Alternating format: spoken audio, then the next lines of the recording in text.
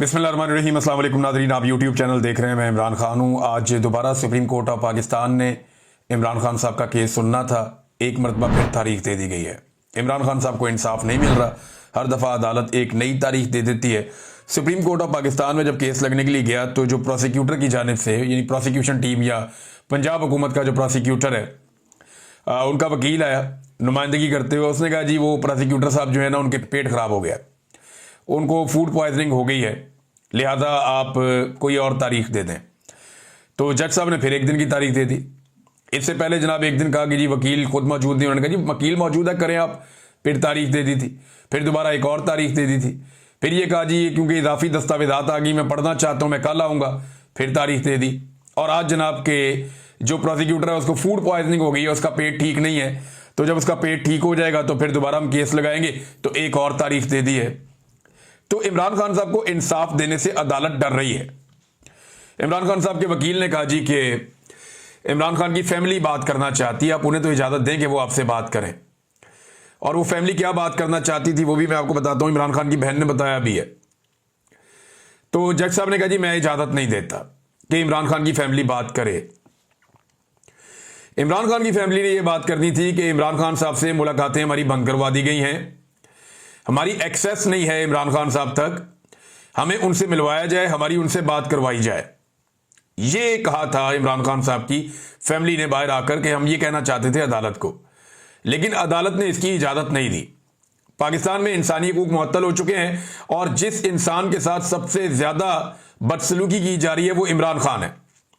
Jail से मेरे पास एक खबर आई है और ये मैं आपको जो खबर दे रहा हूँ इसे आप जहन में रखें कि ये वो शख्स है जिसने खुद इमरान खान साहब को देखा है और वो ये सारी चीज़ें बड़े वसूख के साथ उसने मेरे तक पहुंचाई हैं। अब जो उसके दावे मैं आपको बता देता हूं, मैंने क्योंकि सवालात मैंने करने थे। तो एक तो मैंने ये पूछा कि जी इमरान खान साहब के बारे में ये जो खबर आती है कि वो कमज़ोर हो गए जिस्मानी तौर पर और उनका वजन कम हुआ है, ये बात दुरुस्त है या गलत है? उन्होंने कहा जी इमरान खान जितने भी लोग उन्हें मिलने आते हैं उन्हें यही कहते हैं कि बाहर जाके ये बताओ कि मेरी सेहत ठीक है। यानी वो उन्होंने अपने दिमाग में ये बात बिठा ली है कि मैंने अस्पताल नहीं जाना। उन्होंने अपने दिमाग में ये बात बिठा ली है कि मैंने नवाज शरीफ और जरदारी की तरह कमज़ोर ना होना है ना दिखना है।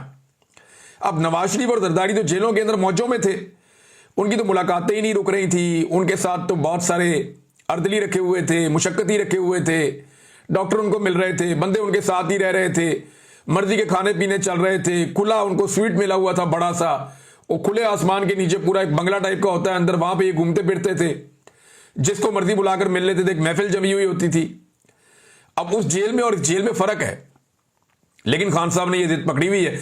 उस बंदे ने मुझे ये कंफर्म किया कि इमरान खान साहब का वजन भी कम है और इमरान खान साहब का जिस्म भी कमजोर है, वो पहले की तरह नहीं है और ये गुज़िश्ता चंद दिनों में ज्यादा हुआ है। फिर मैंने पूछा कि इमरान खान पर सख्तियां क्या की जा रही हैं। अब उन्हें हर वक्त मौका नहीं मिलता कि वो इमरान खान के पास जा सके, वहां बहुत सख्ती हो गई है।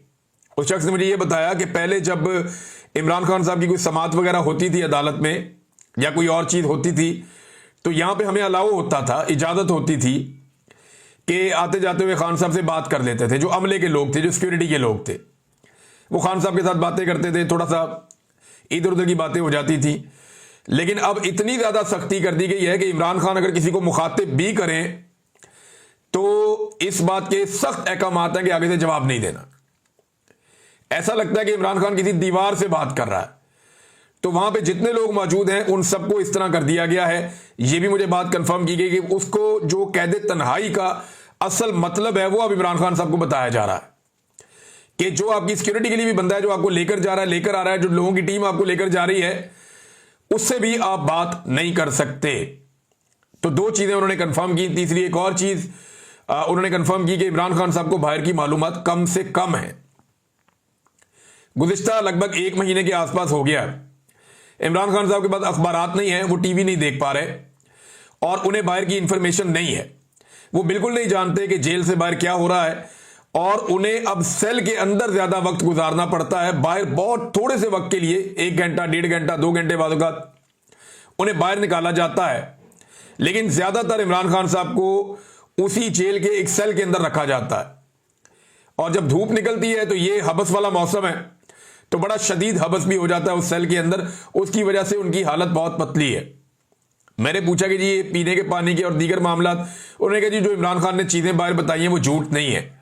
उन्हें हर लिहाज से इमरान खान साहब को परेशान किया जा रहा है, उन्हें हर लिहाज से तंग किया जा रहा है। इतना जुल्म इमरान खान साहब पे जब से वो जेल में गए हैं तब से लेकर अब तक लंबे दौरानिए के लिए कभी भी इतना मेंटल टॉर्चर इमरान खान साहब को नहीं किया गया जितना मेंटल टॉर्चर इमरान खान साहब को इस वक्त किया जा रहा है। वजह क्या है? वजह तो बहुत सारी है। नंबर एक, इमरान खान साहब माफी नहीं मांगते। सुहेल बड़ाइच के जरिए कहा, बहुत सारे टाउट्स के जरिए कहा, पैगामात जेल में भिजवाए गए। हफीजुल्लाह नियाज़ी के बकौल अमेरिका से कोई ताजर आए, उन्होंने भी कहा यहां जो खैबर पख्तूनख्वा के लोग हैं, वज़ीर आला खैबर पख्तूनख्वा या बाकी लोग जो भी पैगाम लेकर गए, खान साहब ने झुकने से और माफी मांगने से इनकार कर दिया। अब उस गुस्से में इमरान खान साहब को इबरत का निशान बनाने की एक कोशिश की जा रही है और इमरान खान साहब डटकर खड़े तो हैं लेकिन बहुत मुश्किल सूरत-ए-हाल देख रहे हैं। अब सोचने की बात यह है कि इमरान खान साहब क्या ये सारा कुछ अपने लिए कर रहे हैं? क्या कोई आदमी इतनी सारी तकलीफ अपने लिए बर्दाश्त कर सकता है जबकि उसके बाद ये ऑप्शन हो कि वो जब चाहे मुल्क से बाहर चला जाए, जब चाहे जेल से बाहर आ जाए, जब चाहे चीजें उसके लिए नॉर्मलाइज हो जाएं, सिर्फ हल्का सा उसने सर नीचे झुकाना है और बाहर आ जाना है। लेकिन वो आदमी डटकर अगर खड़ा है तो कौम के लिए खड़ा है और जो उसकी अपनी पार्टी है वो इन चीजों को ऐसा लगता है कि आहिस्ता आहिस्ता नॉर्मलाइज होता हुआ देख रही है। फैमिली जो है वो बड़ा जोर लगाती रहती है, वो कोशिश करती रहती है, वो इधर टक्कर मारते हैं उधर मारते हैं, वो कोशिश करते हैं किसी तरह इमरान खान साहब तक एक्सेस हो जाए, कोई इंसाफ मिल जाए।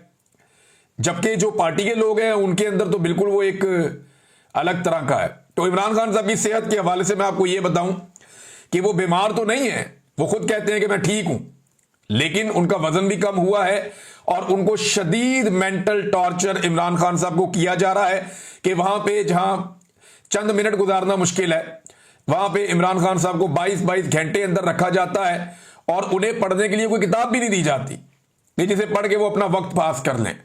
तो ये इमरान खान के साथ किया जा रहा है और ये कर कौन रहा है? मिलिट्री एस्टेब्लिशमेंट कर रही है। मेरा चैलेंज है पाकिस्तान का कोई एक जर्नैल, एक जर्नैल एक भी ऐसी जेल काट के दिखाए। परवेज मुशर्रफ को मौका मिला था जेल काटने का तो वो अदालत जाते जाते रास्ते से अस्पताल पहुंच गया था, याद होगा आप सारों को। तो कोई भी जर्नैल जेल नहीं काटता, कोई भी जर्नैल जेल काट नहीं सकता। जनरल फैज हमीद को बज़ाहिर दुनिया को दिखाने के लिए पकड़ा हुआ है, लेकिन जो खबरें आ रही हैं उसके मुताबिक वो एक बेहतरीन मैस के अंदर जिंदगी गुजार रहा है। उसके खानदान वालों से मुलाकातें भी करवाते हैं। यानी अपना जर्नैल पकड़ा हुआ तो कहते शानदार तरीके से रखा हुआ है, शाहाना अंदाज में रखा हुआ है। जो खबरें उसके बारे में आती हैं बाहर निकल के, उसके अंदर तो बहुत अच्छी अच्छी चीजें हैं। लेकिन इमरान खान को जो साबिक वजीर आजम है, जो सबका बॉस था इनका, उसको जेल में रखा हुआ है तो सिर्फ इसलिए कि वो एक सिविलियन है, सिर्फ इसलिए कि सिविलियन को कीड़े मकोड़े समझते हैं। तो पाकिस्तान के कीड़े मकोड़ों का सबसे बड़ा लीडर जो है उसको जेल में देखे किस हालत में रखा हुआ है। और ये मैं फर्स्ट हैंड नॉलेज की बुनियाद पे कह रहा हूं। मेरी जिस बंदे से बात हुई है वो मुझे और भी इंफॉर्मेशन देगा, वो इंफॉर्मेशन मैं आप तक पहुंचाऊंगा आने वाले वक्त में। जेल में ये हालात हैं इमरान खान साहब के। अब नाजरीन एक और चीज मैं आपके सामने रखता हूं कि जिन्होंने इमरान खान को जेल में भेजा है और जिन लोगों को मुसल्लत किया गया इमरान खान की जगह पे, उन लोगों की आप हालत चेक करें कि कितनी पतली हो गई है।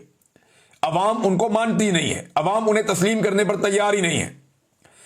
यहां से टिकटॉकर गवर्नमेंट जो है पंजाब की, ये जापान के दौरे पर निकले और वहां जाके इन्होंने अवाम को चूना बेचना शुरू कर दिया। ये जिस जगह की इन्होंने तस्वीरें और वीडियोस लगाई कि जनाब ये कोई बंदरगाह है और वहां पे स्लोमोस चलाए गए, टिकटॉक बनाकर चलाए गए और भड़कीले लिबास पहन के सारे लोग अलग अलग किस्म के वो वहां फिर रहे थे और बता रहे थे कि जनाब ये हमने बंदरगाह का दौरा किया है। वो पता चला जी वो पब्लिक पार्क है, वो बंदरगाह नहीं है। वहां पे ओवरसीज पाकिस्तानियों ने मुझे फोन करके भी बताया और कुछ वहां पे कैमरा लेकर पहुंच भी गए। उन्होंने बताया जी पीछे जो ये शिप खड़ा हुआ है इसके अंदर बैठ के आप खाने शाने खा लेते हैं। और दूसरे जो यहाँ पे जहाज वहाज आते हैं ना, ये कोई बंदरगाह नहीं है, ये कोई पोर्ट नहीं है, ये सिर्फ और सिर्फ इसलिए है कि यहां से लोग सैर करने के लिए जाते हैं, बस शिप्स के अंदर बैठ के क्रूज वगैरह आ जाते हैं, लोग सैर करते हैं, लोग इंजॉय करते हैं और कुछ ऐसा नहीं है यहाँ पे। तो नाजरीन एक तो ये इन्होंने दो नंबरी की, दूसरा हर जगह क्योंकि पाकिस्तानी पहुंच जाते थे, ये जा भी जाते थे तो पाकिस्तानियों ने इनके नाक में दम किया हुआ था। लिहाजा इन्होंने अपनी गुड्डी चढ़ाने के लिए वहां पे जो इंतजामिया उससे राब्ता कर लिया, सिक्योरिटी इदारों से, और एम्बेसी को इन्होंने साथ मिलाया हुआ था। तो उन्हें यह बताया गया कि जनाब हमारी जान को खतरा है, यहां पे मरियम नवाज साहब आई हुई हैं, ये बड़ी जनाब कोई मकबूल लीडर है, लिहाजा यहां पे जो पाकिस्तानी है उनसे इनकी जान को खतरा है। तो उन्होंने कहा जी जान को खतरा है, कैसे खतरा है, जान को क्या हुआ ऐसा? जी ये हमारे पीछे पीछे आते हैं। पीछे आते हैं, कोई मारता तो नहीं है, तो जान को खतरा कैसे हो गया? अब वो तो सीधा सीधा मुल्क है, वहां पे तो सिक्योरिटी के बड़े जबरदस्त इंतजाम हैं, और वहां पे क्राइम रेट जो है वो आप सब जानते हैं। जापान दुनिया का बेहतरीन मुल्क है इन मामलात में, एक एक चीज उनकी रिकॉर्ड के ऊपर होती है, और उनका अपना एक जमहूरी तरीकाकार है। तो उन्होंने जब इनकी बातें सुनी तो उन्होंने इनको, एक तो ये जहां पे थे अब वहां पे नहीं है, मरियम नवाज एंड कंपनी, ये जहां पे गए थे जापान में, ये वहां पे नहीं है, ये कहीं और शिफ्ट हो गए हैं, और इनको उन्होंने अपनी सिक्योरिटी में ले लिया है। तो बहुत सारे ऐसे प्रोग्राम जिनमें टिकटॉक्स बनने थे, बहुत सारी ऐसी जगह जिनके बारे में झूठे दावे किए जाने थे कि जनाब ये भी और ये भी, ये फलां दौरा हुआ, ये फलां दौरा हुआ। तो जितनी नौसरबाजियां इन्होंने करनी थी वो सारी नौसरबाजियां इनकी कैंसिल हो गई। अब आप गौर करें, गुज़िश्ता 24-36 घंटे में इनकी सिर्फ एक मुलाकात हुई थी, जो अभी तक रिपोर्ट हुई है जब मैं वीडियो रिकॉर्ड कर रहा हूं, और वो भी इन्होंने दावा कर दिया कि ये बंदा जो है ये वजीर खारजा है। ये नून लीग ने दावा कर दिया अपने अकाउंट से बार बार लिख के कि जनाब ये वजीर खारजा है, और वजीर खारजा है ये जनाब उसका जापान का। तो फौरी तौर पे गूगल करके हम लोगों ने भी देखा, बाकी लोगों ने भी देखा, तो पता चला कि वजीर खारजा तो किसी और शक्ल का आदमी है, और वो तो बंदा ही कोई और है। तो ये किस बंदे को मिल रही है? तो जब तहकीकात की तो पता चला कि मरियम नवाज के साथ जो बंदा खड़ा है ये जापान के parliamentary vice minister for foreign affairs है। अब आप अंदाजा करें, ये vice minister for foreign affairs, minister तो कोई और है। और आपको इंटरेस्टिंग बात बताता हूं कि जापान में सिस्टम काम करता है, वजीर काम नहीं करते। वजीर मौजूद रहते हैं अहम फैसलों के लिए, और कैबिनेट भी मौजूद रहती है, लेकिन वहां पे सिस्टम इतना अच्छा काम करता है कि कोई भी आम आदमी जाके किसी मिनिस्टर को मिलना चाहे तो वहां पे थोड़ी सी कोशिश से मिल सकता है। तो वहां मिनिस्टर से मिलना, पार्लियामेंटेरियन से मिलना, इन लोगों से मुलाकातें करना कोई मुश्किल नहीं है जापान के अंदर। उनके सिस्टम में जो हुकूमत के लोग हैं वो अवेलेबल होते हैं, उनसे आप मिल सकते हैं। लेकिन मरियम नवाज से वजीर खारजा नहीं मिला, और उनका एक जूनियर मिला। अच्छा, और मिलने का मकसद मैं आपको बताता हूं। इन्होंने, पाकिस्तान ने जब राब्ता किया एम्बेसी ने कि नहीं मिलना चाहते हैं, तो उन्होंने कहा जी किस वजह से मिलना चाहते हैं? तो इन्होंने उन्हें यह बताया कि हम शुक्रिया अदा करना चाहते हैं जापान जो माली इमदाद करता है पाकिस्तान की, यानी जापान ने जो पाकिस्तान की माली इमदाद की है, जो भीख हमें दी है, उसका हम शुक्रिया अदा करना चाहते हैं। तो ये शुक्रिया अदा करने के लिए उन्होंने बुलवाया था, और बाद में इन्होंने खबरें कोई और जारी कर दी, और जो जापान का मीडिया है वहां पे उन्होंने कुछ और खबर जारी की है। वहां की खबर में सिर्फ इतना ही है कि मुलाकात की और उन्होंने शुक्रिया अदा किया, जो जापान इमदाद देता है पाकिस्तान को उसका शुक्रिया अदा किया। कैसे ये नौसरबाज है। और एक और औरत की तस्वीर आई हुई है, साथ वो टिकटॉकर्स की जूनियर है, उसकी जो फोटो आई हुई है वो बैठी हुई है कागज पेन लेके। वो फोटो ही किसी और जगह की है, वो उस मुलाकात की फोटो नहीं है, यानी वो बाद में उसको एडिट करके बनाया इन्होंने कि जनाब ये उस मुलाकात में उन्होंने सारे टब्बर को जाने ही नहीं दिया, उन्होंने अलग से एक मुलाकात की। और किसी प्लांट का इन्होंने, कचरे के एक प्लांट का इन्होंने दौरा किया था, कचरे पे खड़े होकर इन्होंने वहां पे कोई कचरे वाले प्लांट के ऊपर इन्होंने कोई प्रोग्राम बनाया जी कचरा हमने पंजाब का ऐसे उठाना है। और उसके अलावा एक ये शोरूम में गए, जो होंडा शोरूम है, और अब पता नहीं उसे ये क्या बनाकर पेश करेंगे। यानी शोरूम कुछ और चीज होती है और प्लांट कुछ और चीज होती है। प्लांट जो है वहां पे प्रोडक्शन चल रही होती है। बहरहाल ये लोगों को बेवकूफ बना रहे हैं। पाकिस्तान में इसी तरह की नौसरबाजी काम करते हैं। अभी हुकूमत की जानिब से ऐसे ऐसे काम किए जाते हैं, आप हैरान हो जाएंगे। ये जो एक्सपो लगी हुई है ना जापान में, ये बड़ी लंबी चलती है। इस एक्सपो में होता क्या है ये जरा गौर कीजिएगा। इसमें ना मुख्तलिफ ममालिक से लोग आते हैं, अपने अपने स्टॉल लगाते हैं। जापान के लोग और उनकी कंपनियां भी अपने स्टॉल लगाती हैं। यहाँ पे खेलों के मुकाबले भी होते हैं, दुनिया भर से खिलाड़ी भी आते हैं, फनकार भी आते हैं, मुख्तलिफ आर्टिस्ट आते हैं। तो बहुत सारे लोग यहाँ इकट्ठे होते हैं एक्सपो में। एक बड़ा हैवी किस्म का एक बड़ा प्रोजेक्ट है ये जो जापान की एक्सपो है।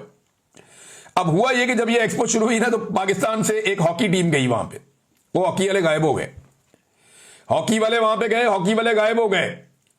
उनमें कोई असाइलम लेते फिरते हैं वहां पे। फिर फुटबॉल की टीम गई वहां पे।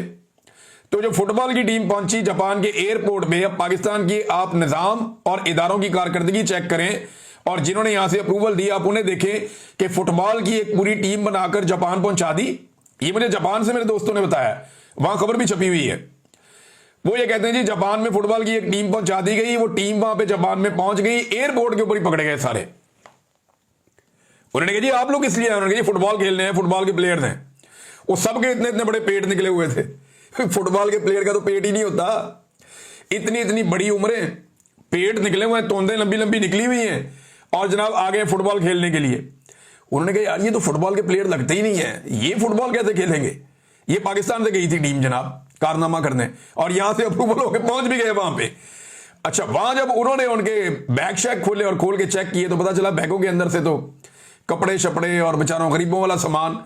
तो ये गरीब गुरबा अपना पैसा वैसा लगा के, अपनी चीजें जमीनें बेच के, वहां पैसा भर के एजेंटों के थ्रू, तो ये सारे फुटबॉल की टीम बना के पहुंच गए और पाकिस्तान में किसी ने चेक भी नहीं किया। वहां से सारी की सारी फुटबॉल टीम जो है वो डिपोर्ट होकर पाकिस्तान वापस पहुंची है। ये हालात हैं। तो इनके साथ नाजरीन बहुत बुरी हुई है, बहुत बुरी हुई है इनके साथ जापान में। और इनका प्रोग्राम बढ़ गया, वो इन्होंने खुद ही बांट दिया। जब इन्होंने वहां पे सिक्योरिटी मांग ली और उन्होंने कहा जी हमारी जान खतरे में, तो उन्होंने इनको बिल्कुल ही प्रोटेक्शन में ले लिया। और अब जितने टिकटॉक बनने थे वो सारा सिलसिला फिलहाल टिकटॉक बनने का रुका हुआ है। देखते हैं अब ये आगे क्या करते हैं या कुछ और करने की कोशिश करते हैं। अखबारों में इश्तिहारात ऐसे लगा रहे हैं, ये वाहिद दौरा है पाकिस्तान की तारीख का जो शुरू होते ही कामयाब हो गया। नॉर्मली ये होता है ना कि जब दौरा मुकम्मल होता है फिर उसका एनालिसिस किया जाता है कि ये दौरा कामयाब था या नाकाम था। भाई दौरा मुकम्मल होगा तो आप फैसला करेंगे ना कामयाब दौरा है या नाकाम दौरा है। ये वाहिद दौरा है जो शुरू होने से पहले ही कामयाब हो गया था। मरियम नवाज ने जापान की सरजमीन पे कदम रखा और अखबारों में इश्तिहारात छप गए कि मरियम नवाज का कामयाब दौरा। और भाई उन्होंने दौरा तो पूरा कर दो, दौरा पूरा करेगी तो कामयाब होगा ना। अब जिस सूबे के अंदर 10 मिलियन से ज्यादा बच्चे स्कूलों से बाहर हैं, वहां पे लग्जरी किस्म के प्रोजेक्ट लाकर लगाए जाते हैं गरीबों का मजाक उड़ाने के लिए। ये और नहीं तो क्या है, यानी 11.73 मिलियन बच्चे स्कूलों से बाहर हैं। पूरे पाकिस्तान में 23 मिलियन है, उनमें से लगभग 12 मिलियन जो है वो पंजाब के बच्चे स्कूलों से बाहर हैं। अब जहां बच्चे स्कूलों से बाहर हैं वहां पे आप अखबारों के अंदर इश्तिहारात दे रहे हैं और ऐसे गैजेट्स लेकर आ रहे हैं जो गरीबों का मजाक उड़ाने के मुतरादिफ है। तो ये इनका खेल है, पुराना खेल रहे हैं और हमेशा से यही खेलते आए हैं। और एस्टेब्लिशमेंट को ऐसे ही नौसरबाज और इसी तरह के लोग पसंद हैं, क्योंकि एस्टेब्लिशमेंट के काम भी पूरे करते हैं ना। मिसाल के तौर पे मैं आपको बताता हूं, ये जरा तैनाती एक चेक करें कैसे हुई। रिटायर्ड जर्नैल की तैनाती, ये जो पीटीए के चेयरमैन बने हुए हैं जनाब मोहतरम major general retired Hafeezur Rahman साहब, बारिश आदमी है, ये पीटीए के चेयरमैन है और उन्होंने वो सारा कुछ किया पीटीए में रहते हुए जो उन्हें कहा गया। एस्टेब्लिशमेंट के कहने के ऊपर इन्होंने हर चीज को लब्बैक कहा। अभी जो जैज ने चूना लगाया हुआ उसके ऊपर ये कुछ नहीं करेंगे, क्योंकि पीटीए उसके अंदर खामोश है। अरबों रुपए का चूना लग गया कौम को। तो जब बाबर सत्तार साहब ने एक दिन पूछा था ना, ये एहतशाम कियानी साहब ने रिपोर्ट किया, बड़ा मजे का है। बाबर सत्तार साहब ने जब एक दिन पूछा वफाकी हुकूमत से, एडिशनल अटॉर्नी जनरल से पूछा कि जनाब आप ये बताएं कि ये चेयरमैन पीटीए आपने कैसे लगाया, इसका तरीका क्या है। तो उन्होंने बताया चेयरमैन पीटीए बनने के लिए जो वाहिद क्वालिफिकेशन है, सिर्फ एक क्वालिफिकेशन है, वो ये है कि पीटीए के बोर्ड का मेंबर होना चाहिए। तो ये जो बंदा अभी चेयरमैन पीटीए है ना, major general Hafeezur Rahman retired, उन्होंने कहा जी कि इनकी समरी मंजूर होने से एक दिन पहले इन्हें पीटीए का मेंबर एडमिनिस्ट्रेशन तैनात कर दिया गया था। लिहाजा एक दिन के लिए क्योंकि ये तैनात हुआ था तो फिर ये क्वालिफाई कर गया और वजीर आजम ने इनका नोटिफिकेशन निकाल दिया। ये शर्त पता क्यों रखी गई थी कि मेंबर पीटीए होना जरूरी है, ताकि वो बेसिक क्वालिफिकेशन पूरी करता हो और मेंबर पीटीए के तौर पे उसने लंबा काम किया हो, उसको आइडिया हो, लिहाजा उसको वहां से लाके लगाया जा सकेगा। लेकिन इनकी 2 नंबरी चेक करें कि एक दिन पहले उसका एक नोटिफिकेशन किया कि ये मेंबर है और अगले दिन उसको चेयरमैन लगा दिया। ये अदालत में जाकर बताया था। तो इस तरीके से तो जर्नैलों को नवाजा जाता है सिस्टम में। और फिर फैसल बाटा जैसे लोग आते हैं और आकर धमकियां लगाते हैं। वो ये कहते हैं सिस्टम डंडे से ही चलेगा, जिसे हजम नहीं होता उसके लिए हाथ में वाली गोलियां हैं। ये वो गोलियां जो 26 नवंबर को इस्लामाबाद डी चौक में चली थी, सिस्टम डंडे से चलेगा। यानी इन लोगों को शर्म भी नहीं आती, अपने आप को जमहूरी कहते हैं और ये एस्टेब्लिशमेंट की बुनियाद के ऊपर आकर एस्टेब्लिशमेंट के कंधों पर बैठ के आके ये कहते हैं जनाब कि सिस्टम डंडे से चलेगा, और जिसे हजम नहीं हो रहा उसके लिए गोलियां हाजमे वाली। कैसी धमकियां हैं जो पाकिस्तान की एस्टेब्लिशमेंट पाकिस्तान की अवाम को कीड़े मकोड़े समझते हुए बराह रास्त लगा रही है। क्या पाकिस्तान के लोग अब भी सोते रहेंगे? वो इसी आमरीयत के साथ जिंदा रहना सीख लेंगे, या उन्हें जमहूरियत के लिए जागना पड़ेगा? देखिए, एक आदमी जेल में बदतरीन जिंदगी गुजार रहा है, शहजादों जैसी जिंदगी उसने गुजारी है। किसी शहजादे की जिंदगी भी ऐसी नहीं होगी, उसके 50 साल उठा के आप देख लें, जैसी जिंदगी उसने गुजारी है।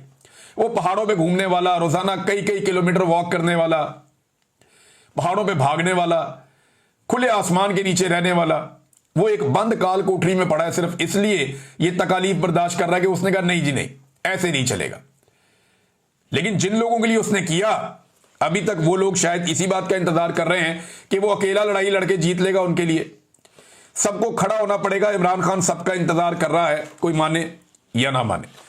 नाज़रीन, बारिशों के हवाले से कुछ इत्तलात है मेरे पास। सवाबी में 37 लाशें रिकवर हुई हैं मलबे में से। वहां मेरे कोई दोस्त हैं, उन्होंने मुझे वीडियो भी भेजी, मैंने वो पोस्ट भी की थी। बड़ा अफसोसनाक क्लाउड बर्स्ट हुआ है और इसके ऊपर तहकीकात अब करवाई जानी चाहिए कि ये बार बार क्लाइमेट चेंज की वजह से इतनी बड़ी तबाही क्यों आ रही है और खैबर पख्तूनख्वा में क्यों आ रही है। इस पर बाकायदा काम किया जाना चाहिए और मुस्तकबिल में ये एक बड़ा फिनोमिना है जिससे पाकिस्तानियों को लड़ना पड़ेगा। कराची जो है वो थोड़ी सी बारिश के अंदर 1 घंटे के अंदर सारा का सारा शहर डूब गया। गवर्नेंस का बेड़ा गर्क कर दिया कराची का पकड़ के इन्होंने, और ये कहते हैं जी वहां पे मुंबई भी डूब गया इसलिए कराची भी डूब गया।